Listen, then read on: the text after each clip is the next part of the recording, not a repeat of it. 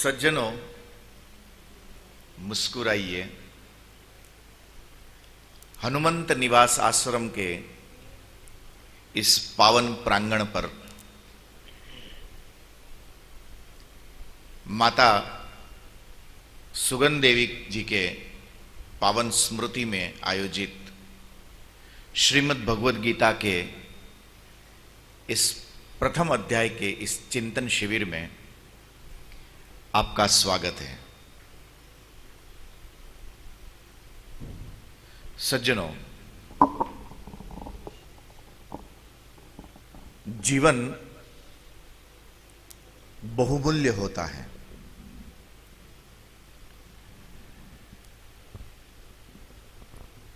और इस बहुमूल्य जीवन में प्रतिक्षण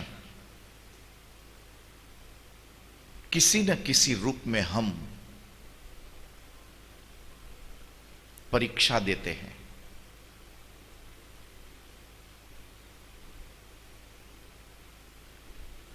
सुख दुख समे कृत्वा लाभा लाभौ जया जयो।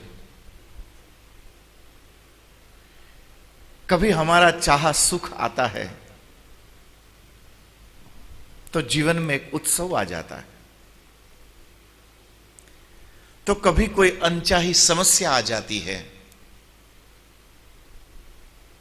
जो न चाहते हुए भी हमें रोने के लिए मजबूर करती है।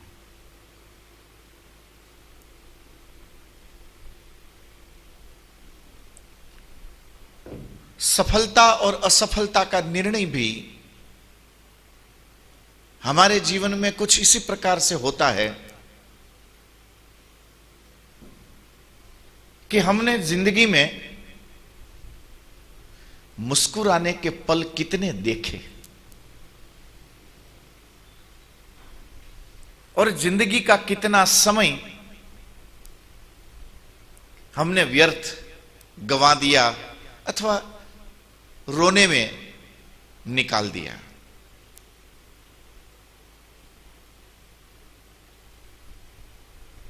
हमारी एक आदत है कि जो कुछ भी होता है बड़ी सिफत से हम दूसरों पर मढ़ देते हैं।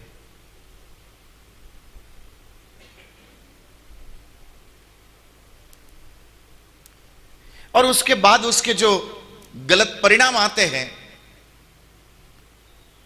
तो उसमें भी हम वैचारिक रूप से, आंतरिक रूप से स्वयं को बिलक कर लेते हैं।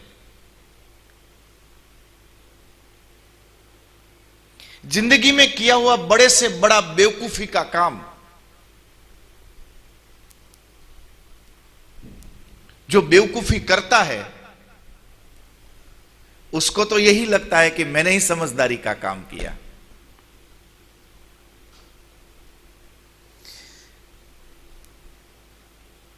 देखिए, हर जगह हमारे कैलकुलेशन करेक्ट नहीं होते हैं और बस इसी का नाम जिंदगी है, जहां पर बहुत कुछ कैलकुलेशन होने के बावजूद भी यहां पर कैलकुलेशन का कोई मतलब नहीं है। क्योंकि मेरी और आपकी सच्चाई यह है कि अब अगली क्षण पे क्या होने वाला है यह इस संसार में किसी को पता नहीं है।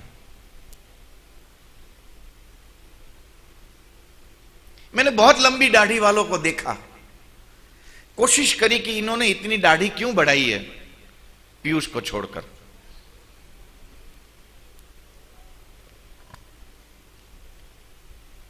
मैं वो भी कारण बता सकता हूं, पर उसके लिए और अलग से सप्ताह का आयोजन जरूरी है।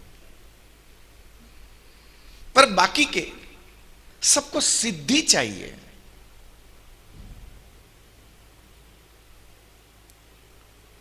वो बात शरणागति की करते हैं, अंदर से चाहत सिद्धि की है। और उसमें से भी बड़ी जरूरी सिद्धि,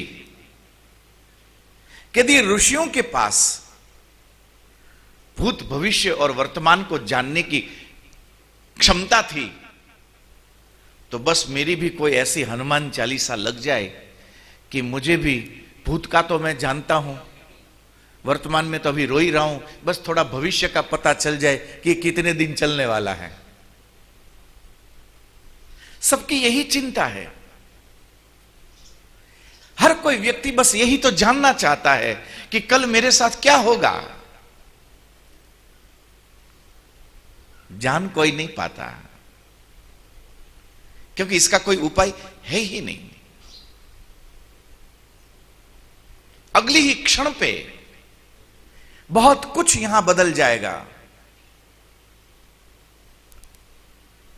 सूर्य की ये किरणें अगली ही क्षण में अपना एंगल बदल देगी, उसकी गर्मी में परिवर्तन आ जाएगा। जो हवा बह रही है वो तो कहीं दूर आगे निकल जाएगी। हवा का नया झोंका हमारे तक पहुंचने के लिए एकदम दरवाजे पर तैयार मिलेगा। जो फूल इसी समय खिला है, जिसकी ताजगी को देखकर हमारा मन प्रसन्न हो जाता है, पर उस फूल की सच्चाई यह है कि इसी क्षण से अब वो आगे मुरझाने की ओर आगे बढ़ रहा है।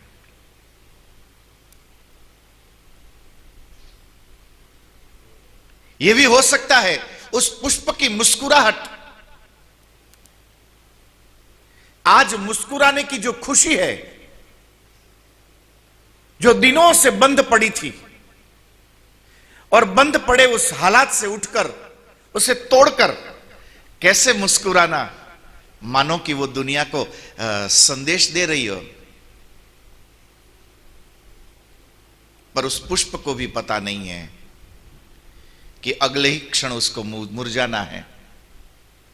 यह कहना मुश्किल है कि क्या बंद होके खुलने के हिसाब से वो मुस्कुरा रही है, कि भले मैं आज मुस्कुराऊं, थोड़ी क्षण बाद मुझे भी नीचे ही गिर जाना है, मुझे भी मुरझाना है। उस मुरझाने की आहट पे वो मुस्कुरा रही हो। ठीक ऐसा ही हमारे जीवन के साथ चलता ही रहता है। बस चतुराई उस बात की है कि हमने उसमें से रास्ते बनाना सीख लिए। हम वो अनुभवी लोग हैं, जब भी मौका मिलता है तब हम लोग अहंकार शून्य होने का दंभ भरते हैं। अरे महाराज, हम तो आपकी चरण की धूल है। लोगों के मंगलाचरण इतने वजनदार होते हैं, आगे प्रवचन की तो मेरे से ज्यादा आपको जानकारी है। चरण की धूल है, वही धूल कब तिलक बन जाए पता नहीं चलता है। भीतर का जो अहंकार है, इसको छिपाए रखने का जस्ट एक प्रोपेगेंडा है। और यह प्रोपेगेंडा कैसे किया जाए? हम चार चौपड़ी पढ़े या न पढ़े, बाकी इस प्रकार के प्रोपेगेंडा हम जरूर सीख लेते हैं।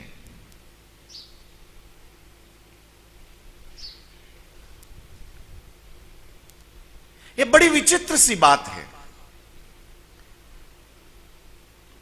दुख और सुख ये कोई बाहर से आने वाली वस्तु नहीं है।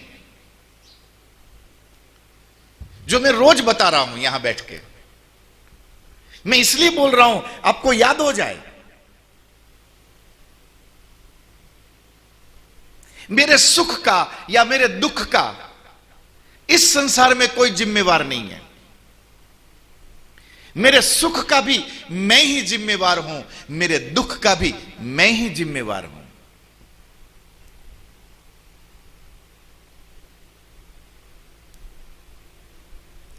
हम अपनी करनी से सुख और दुख को उपजाते हैं।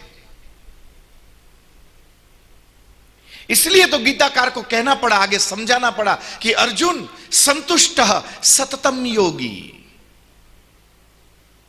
जो मिला है उसी पे राजी होने की कला। जैसे है हम आज, जो भी प्राप्त हुआ है उसी में प्रसन्न हो जाने की जो कला है, वही भगवत गीता की कला है, वही जिंदगी की कला है। और कितनी बड़ी बात द्वारिकानाथ कहते हैं, सततम योगी। आपकी संतुष्टि की जो मूवमेंट है, वो जो टाइम है, वो संतुष्टि की मूवमेंट एक योगत्व को उपलब्ध होने की मूवमेंट है, एक समाधिस्थ होने की वो क्षण है। जैसे कि मानो कि कोई योगी हिमालय पहुंचकर जैसे कि समाधिस्थ हो गया हो। सततम योगी यतात्मा दृढ़ निश्चय। और उस संतुष्टि की पल में जो भीतर से उगता है, जो निकलता है, वही दृढ़ निश्चय होता है, वही हमारे साथ चलता है। यदि यहां पर आप व्याख्याएं करोगे ना, आइए महाराज,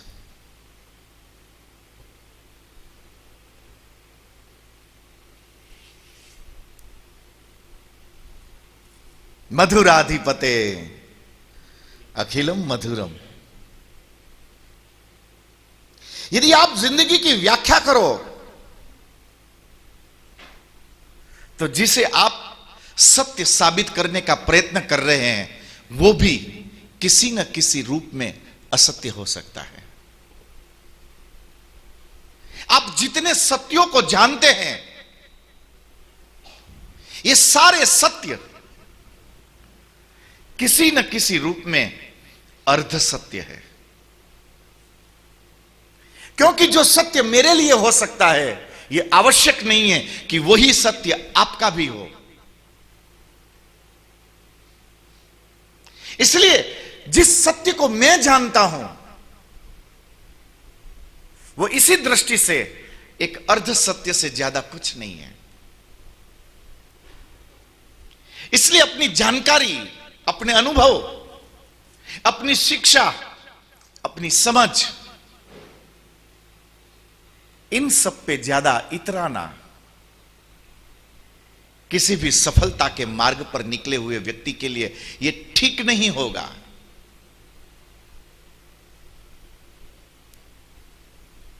एक किसी गरीब बच्चे के लिए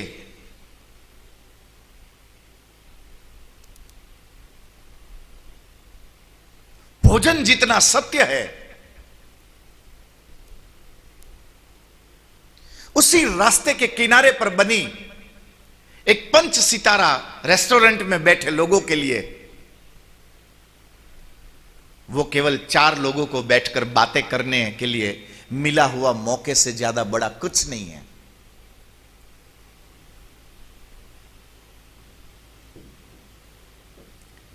एक व्यक्ति की भूख उसको हर रास्ते पर भटका सकती है, वही दूसरों के लिए वही भोजन बिजनेस की एक छोटी सी प्राइवेट मीटिंग से ज्यादा और कुछ नहीं हो सकता है। तो देखा जाए तो जो 5 सितारा में मीटिंग हो रही है वो भी अर्ध सत्य है, और जो भूख से रोड पर जो घूम रहा है उसका भी सत्य अर्ध सत्य ही है। ये दोनों अपने आप में सत्य होते हुए भी यदि यही दोनों सत्य एक स्थान पर उपलब्ध हो जाए तो अपने आप में ही अर्ध सत्य हो जाएगा। हमारी हर जानकारी, हमारी हर मान्यता, हमारे सारे अनुभव, ये सब कुछ एक अर्ध सत्य से ज्यादा कुछ भी नहीं है। और इसलिए गीताकार ने बड़ा अनुभवी एक मार्ग दिया। ये रास्ता, ये मार्ग हमें ईश्वर दिखा रहा है। ओम पूर्णमदः पूर्णमिदं पूर्णात् पूर्णमुदच्यते।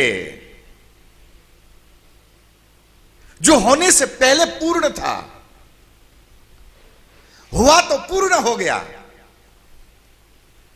और यहां से जब उसने प्रस्थान किया तो पूर्ण में जाकर मिल गया। जिसका आना पूर्ण, रहना पूर्ण और निकल जाना पूर्ण हुआ, ऐसा एक पूर्ण सत्य मुझे और आपको सफलता की पूर्णता का मार्ग दिखा रहा है। संतुष्टः सततम योगी। एक आत्मतोष, जो मिला है जैसे मिला है,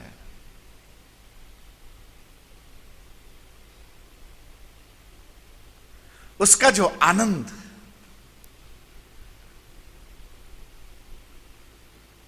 एक संतुष्टि,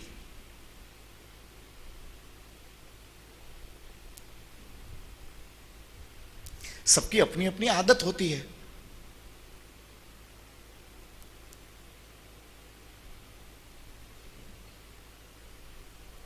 कोई व्यक्ति आपके पास बैठ जाए, चबड़ चबड़ चबड़ चबड़ खाने लग जाए,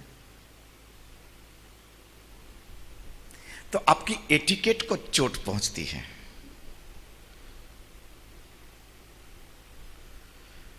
यहां पर आपके गुड मैनर्स एडजस्ट करने लग जाते हैं। और इसी एटिकेट के चक्कर में जो आपकी थाली में आया है, उसका रंग बिखर जाता है। एटिकेट जरूरी है, गुड मैनर्स जरूरी है, पर इसकी जरूरियत कितनी खोखली है। ये सारे रंग बस सोसाइटी तक के हैं। इसलिए तो समाज ने अपनी अपनी सोसाइटियों में रहना सीख लिया। धूल पड़ो तुम्हारे एटिकेट पे, हम अपने एटिकेट पे सही है। और उसमें भी यदि 20 की लग जाए, फिर तो एटिकेट देखो, वो जो करे वही एटिकेट है। वो तो जब तक उतरेगी नहीं, तब तक उसका कोई एटिकेट उतरेगा नहीं, शून्य में चला जाएगा। ये भी अपने आप में एक एटिकेट है, इनकी भी अपने आप में एक सोसाइटी है।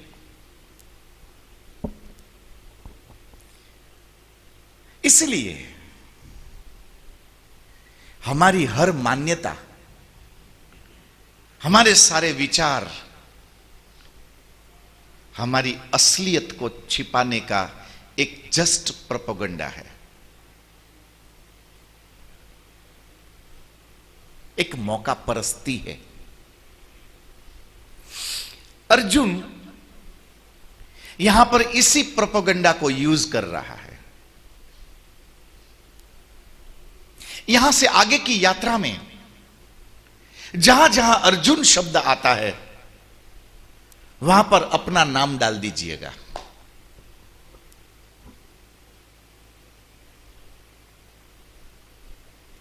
अर्जुन बस जस्ट हमारे लिए एक रोल मॉडल है।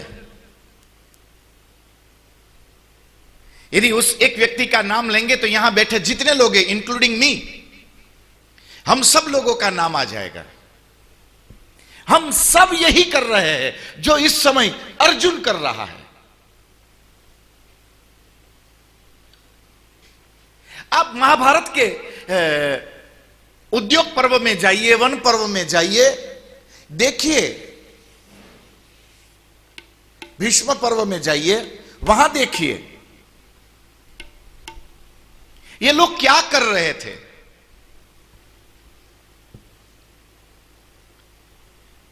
बहुत आसान होता है कि एक जानी मानी फिगर अर्जुन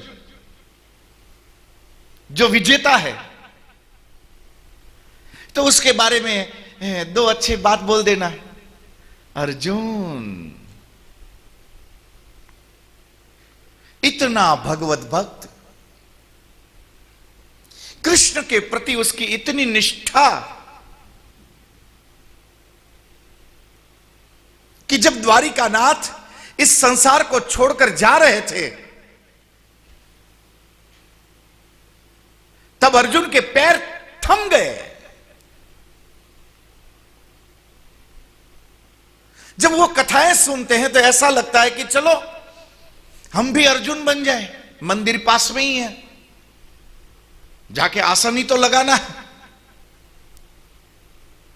ये सारे आसन वो शाम के भोजन के समय तक के बस, तब तक तो हिलडुलने लग जाते हैं। फिर एक और नया पंडित आता है, वो हमें सिखाता है कि जब आप साधना करते हो ना, तो इंद्र को चिंता होती है, इसलिए वो आपके पेट में आके ना आपको परेशान करने लगता है। तो अहंकार को पुष्टि मिलती है कि देखा आज मेरे हनुमान चालीसा ऐसी जा रही थी, हनुमान जी बस उठने को तैयार, उतने में वो पुजारी ने कहा कि भोजन लग गया है।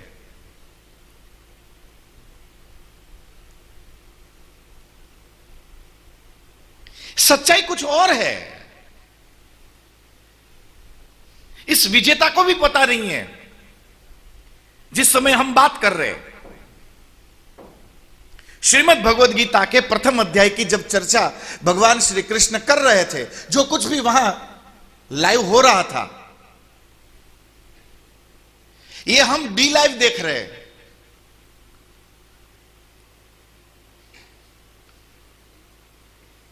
हम ट्रैवलिंग कर रहे थे, मतगणना हो रही थी, तो जब ट्रैवलिंग स्टार्ट किया तब तो अंदाजा था कि फलाई आदमी आज तो जाएगा, अंदाजा था, जैसे सब करते हैं, अंदाजा था। 2 दिन की ट्रैवलिंग करके जब तक घर पहुंचे तो पता चला कि जिसको 5 वोट मिलने की आशा नहीं थी, वो शपथ ग्रहण कर रहा है। और वो जो काउंटिंग में जीत रहा था, उसके जो ढोल नगाड़े बज रहे थे, वो सब हम देख तो रहे, पर वो सब डी लाइव देख रहे हैं। हो चुका, वो तो नाच लिए, घर जाके नहा धोके न अब शपथ ग्रहण में पहुंच चुके हैं। हम अभी भी ढोल ही बजा रहे हैं। ये जो प्रथम अध्याय की चर्चा यहां पर इस समय हो रही है,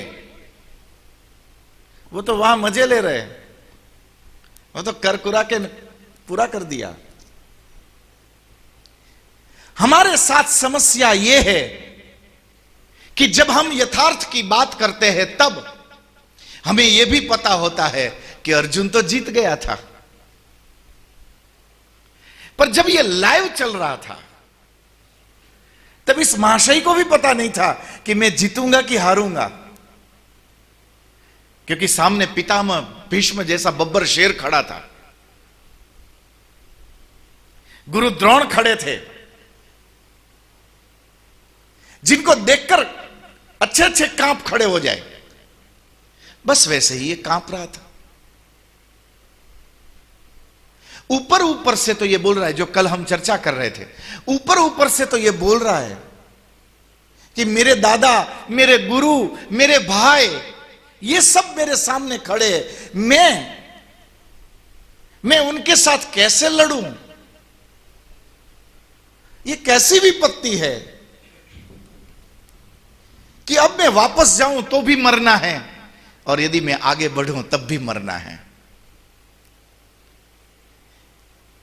दिखता प्यार है, पर अंदर से चिंता है मरने की।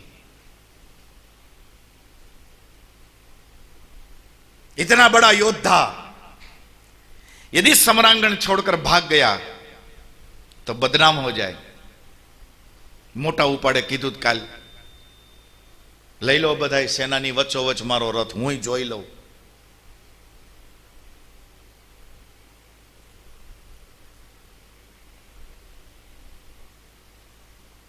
वो बिल्ली होती है ना, बिल्ली, कभी आपने बोलती हुई देखी होगी, नहीं हो तो कभी देख लेना। वो दीवार पे खड़ी हो, कुत्ता नीचे हो, और वो भी काफी दूर, तब उसको पता होता है कि मुझे कुछ नहीं कर सकेगा, तो वो जोर से चिल्लाती है। पर कुत्ता भी तो कुत्ता है, वो भी बिल्ली को देखकर उत्तेजित हो जाता है। उसको भी पता है कि मैं पहुंच नहीं पाऊंगा, फिर भी एकदम से दौड़ के आते हैं, तो उसकी जो वॉल्यूम्स होती है ना, वो डाउन होने लगती है। जैसे एज ए एग्जाम्पल, जैसे पत्नी के सामने पतियों की हालत होती है, ऐसा कुछ बिल्ली की हालत होती है। नहीं, यहां हनुमंत आश्रम में जो आ रहे उनकी बात नहीं कर रहा हूं, आप ज्यादा मुस्कुराओ मत। मैं तो जो नहीं आया उसकी बात कर रहा हूं। आज यहां पर जो ये बात कर रहा है ना अर्जुन, ऊपर से कुछ और बोल रहा है, अंदर से कुछ और है। कितनी मजेदार बात बोल रहा है। दृष्ट्वैमं स्वजनम कृष्ण युयुत्सुम समुपस्थितम, मेरे अपनों को आज लड़ने के लिए आए हुए देखकर आपको क्या शंका नहीं हो रही है? तो क्या अर्जुन के पास ऐसी कोई चिट्ठी आई थी कि कुरुक्षेत्र में भजन का कार्यक्रम में तुम आ जाना? वो कोई भजन के कार्यक्रम में गया था? वो भी तो लड़ने ही गया था। बोल क्या रहा है?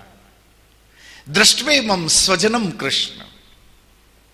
सज्जनों, जब हार नजर आने लगती है, जो आपने सोचा उससे कुछ विपरीत होने लगता है, तब व्यक्ति आत्मश्लाघा की ओर भागता है।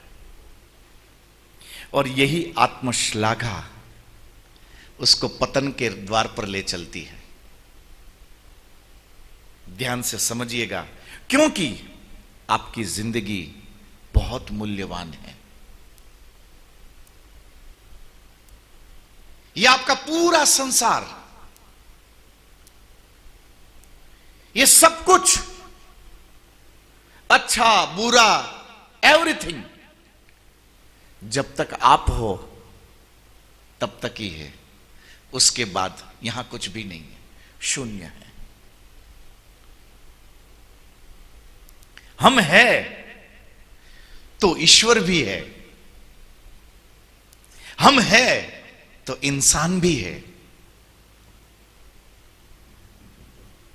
हम नहीं रहेंगे तो न ईश्वर रहेगा न इंसान रहेगा। एज ए कंडक्टर,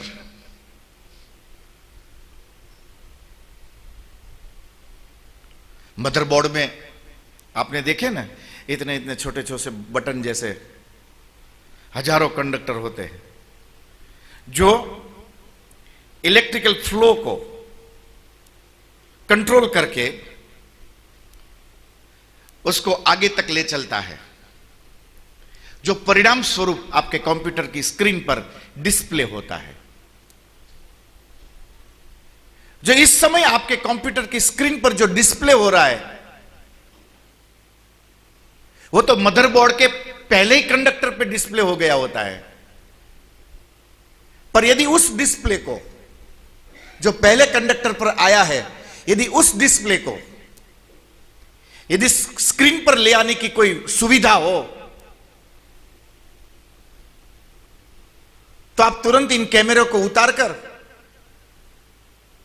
किसी इंजीनियर के पास पहुंच जाएंगे कि इसमें कुछ दिक्कत आ गई है। आपने पुराने जमाने में वो रील वाले कैमरे आते थे, तो उसकी रील तो कभी देखी होगी।